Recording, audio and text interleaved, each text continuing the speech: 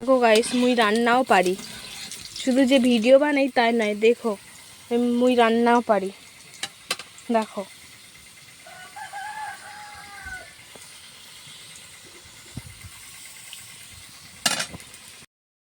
মুই চিকেন বানাবো আজকে।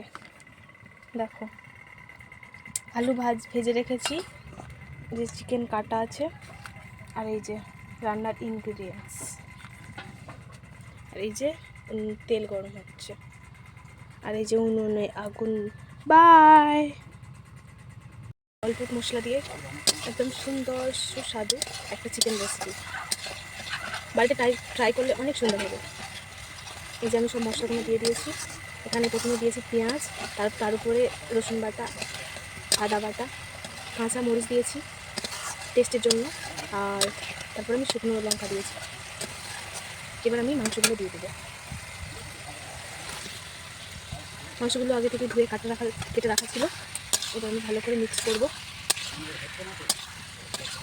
একটা সুন্দর একটা মশলার গন্ধ দিয়েছে। ভালো করে মিক্স করব।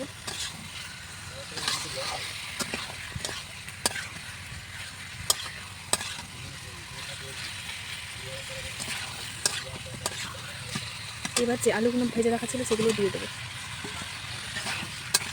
কষতে থাকবো, অল্প আছে রান্নাটা করতে হবে।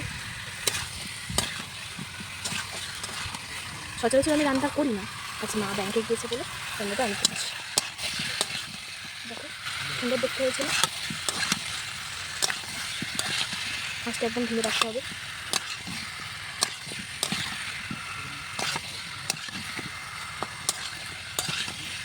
ভালো করে মিক্স করা হয়ে গেছে। এবার আমি কিছুক্ষণ ঢেকে রাখবো। এখন দেখো ধুয়ে আছে জ্বলছে। আমি আসছি কিছুক্ষণ পর। দেখো মাছটা কষাচ্ছি।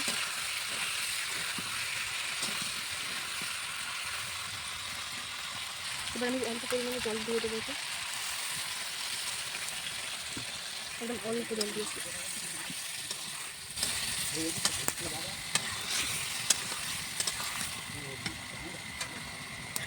এবারে কিছুক্ষণের জন্য ঢাকা দিয়ে রাখবো, যতক্ষণ না জলটা এর সাথে মিশে যাচ্ছে। যে জলটা কষার জন্য দিয়েছিলাম সেটা হয়ে গেছে। এবারে পরিমাণ মতো সেদ্ধ হওয়ার মতো জল দেবো। ঠিক আছে, যতটা ঝোল রাখতে চাও পরিমাণ মতো তোমরা জল দেবে।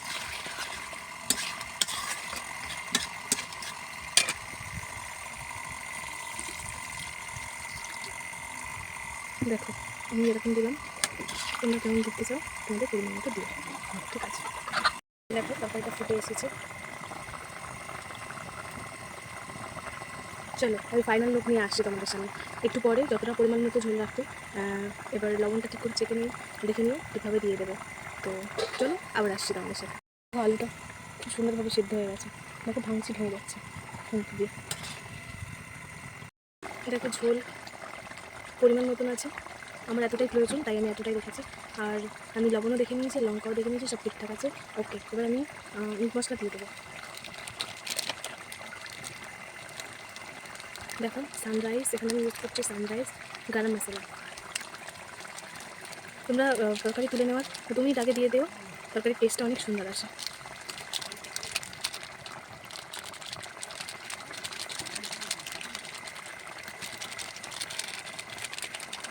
দিয়ে দিলাম। এবারে কিছুক্ষণ ঢেকে রাখবো। ঢেকে রাখার 2 মিনিট পর নামিয়ে নেবো।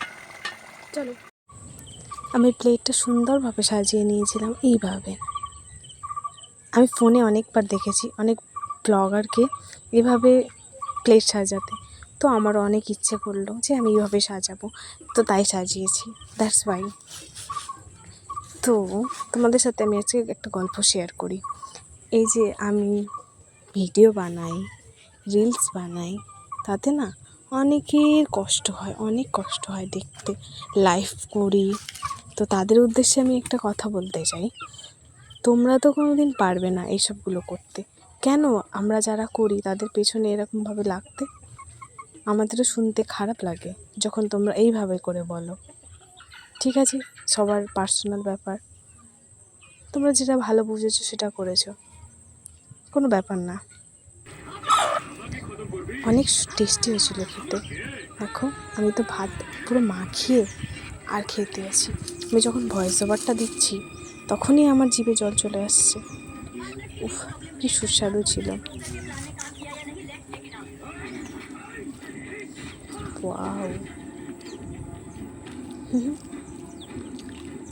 যদি ভিডিওটা ভালো লেগে থাকে লাইক করো, কমেন্ট করো, শেয়ার করো, সাবস্ক্রাইব করো, আর অবশ্যই করে বাড়িতে এই রেসিপিটা ট্রাই করে দেখো। একদম গ্রামের স্টাইলে একদম রান্নাটা করা, একদম সিম্পল ইনগ্রিডিয়েন্টস দেওয়া আছে এতে, ঠিক আছে? তো একটু কমেন্ট করো, একটু লাইক করো, পাশে থেকো, এটুকুই বলবো। আশা করছি সবাই আপনারা ভালো আছেন, সুস্থ আছেন এবং নিজেদের বাড়িতে আছেন, নিরাপদে আছেন। ঈশ্বরের কাছে প্রার্থনাই রাখি যে সবাই আরও সুস্থ থাকবেন। টাটা, দেখা হচ্ছে পরে একটা ভিডিওতে।